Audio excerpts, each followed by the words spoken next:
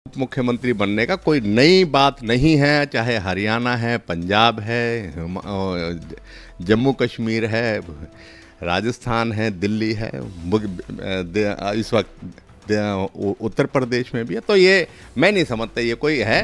देश का सबसे बड़ा प्रदेश है, वहाँ भी 2 ही उप मुख्यमंत्री हैं। तो हरियाणा जैसे छोटे स्टेट में जहाँ 13 मुख्यमंत्री के अलावा 13 मंत्री बनते हैं, उसमें से भी 4 उप मुख्यमंत्री होंगे, तो क्या मुख्यमंत्री जैसे पद का कोई महत्व रह जाएगा? उत्तर प्रदेश में अभी बीजेपी ने तो बनाए हैं, उससे पहले अखिलेश ने तो कोई भी नहीं बनाया था। 4 उप मुख्यमंत्री की बात है, तो क्या एक उप मुख्यमंत्री मेवात से भी होगा? तो मेव वर्ग इस कैटेगरी में नहीं आता, या आप नहीं मानते कि उन्हें प्रतिनिधित्व की जरूरत है? सभी आते हैं। नहीं, जिस तरह से कांग्रेस कह रही है कि अगली सरकार प्रदेश में कांग्रेस की बनने जा रही है, तो क्या आफ्ताब अहमद भी उन डिप्टी सीएम में से शामिल हो सकते? आज हमारे साथ बातचीत करने के लिए मौजूद हैं कांग्रेस के पूर्व परिवहन मंत्री, जो हरियाणा सरकार में मंत्री रहे हैं और वर्तमान में नूंह से विधायक हैं, आफ्ताब अहमद। उनसे बात करते हैं कि राजनीति में एक नई जंग छिड़ी हुई है। कुछ दिन पहले भूपेंद्र सिंह हुड्डा ने एक बयान दिया था कि 4 डिप्टी सीएम होंगे, उसके बाद अभय चौटाला बोलते हैं कि 2 डिप्टी सीएम होंगे।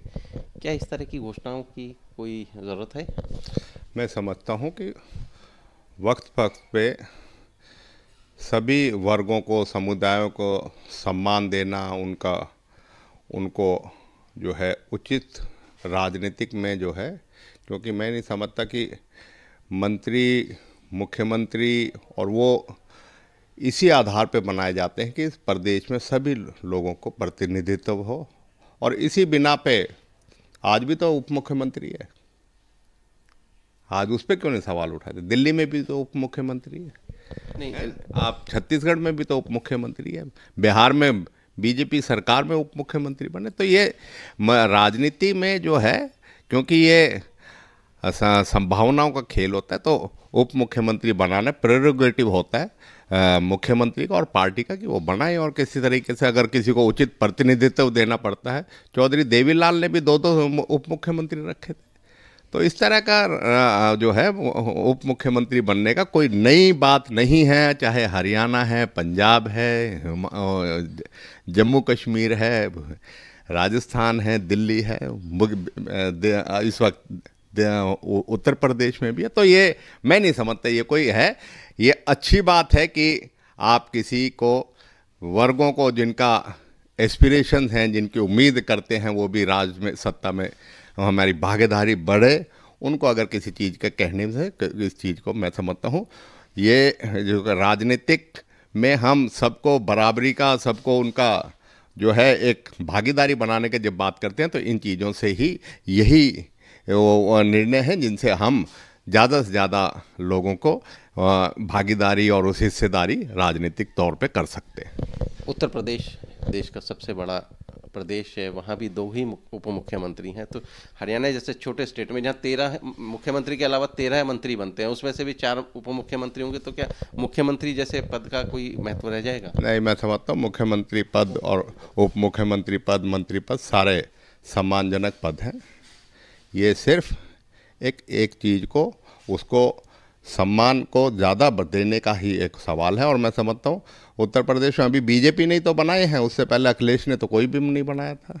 जब क्यों नहीं सवाल उठते? ये मैं समझता हूँ राजनीतिक में हर एक तरह से किस तरीके से हम समाज को समृद्ध, किस तरीके से समाज को, सभी समाजों की भागीदारी सुनिश्चित कर सके, उस चीज़ के लिए वक्त वक्त पे ऐसी चीज़ें आती रही हैं और आगे भी आती रहेंगी। अच्छा, अब बात करते हैं जी, इस तरह की 4 उप मुख्यमंत्री की बात है, तो क्या एक उप मुख्यमंत्री मेवात से भी होगा? नहीं, वो बात इलाकों की नहीं है, बात वर्गों की है। और उनको जो भी सुनिश्चित, जिनको प्रतिनिधित्व दिया जाना है, उनको मैं समझता हूँ सबको दिया जाना चाहिए। और जो है इस तरीके के जो है इलाके से संबंधित नहीं है, ये प्रतिनिधित्व जो है मैंने कहा है जैसे समाजों को और जिनको ज़रूरत है उन चीज़ को देने की बात है। और उसी से ये डिराइव हुआ है फॉर्मूला, और इलाकों को देने के नहीं है। तो मेव वर्ग इस कैटेगरी में नहीं आता, या आप नहीं मानते कि उन्हें प्रतिनिधित्व की जरूरत है? सभी आते हैं। तो क्या 10 साल से तो एक भी जो है विधायक नहीं है बीजेपी का। बीजेपी तो अभी राजस्थान में जो टिकट अनाउंस हुए हैं 200 करीब सीट है, एक भी मुस्लिम सीट को नहीं दिया। अब क्या कहेंगे आप इस चीज़ का?